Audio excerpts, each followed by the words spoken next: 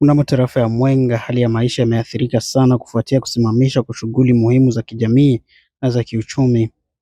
Kulingana na Bwana Lungele Itebo, kiongozi wa shirika ya raia Nguvu Iliyo Hai, aliyotoa kauli yake Machi 24, hatua hii imechukuliwa kama njia ya kuonyesha kutoridhika kwa wananchi wa eneo hilo kutokana na kushindwa kuheshimu haki zao za msingi.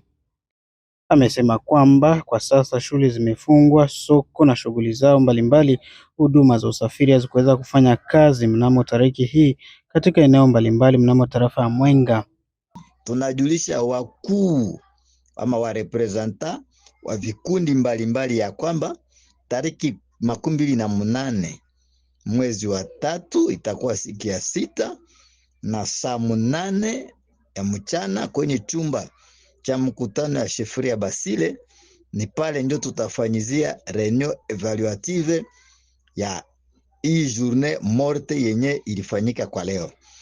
Na kwa tariki 13 mwezi wa 3 mwaka huu tunao na saa 5 ya mchana tutaenda kutoa kibuku chetu kinaitwa Note de plaidoyer sur la protection des civils et leurs biens en territoire de Mwenga, surtout la partie sous contrôle du gouvernement central, mbele ya mheshimiwa administrateur territoire wetu wa Mwenga.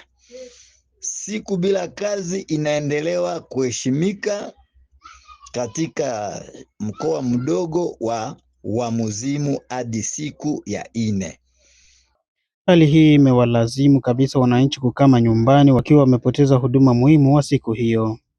Baadhi ya wakaadhi waliozungumza na vyombo vya habari wamesema kuwa bado wanakumbana na changamoto kubwa, hasa katika upatikanaji wa chakula, huduma za afya na usafiri.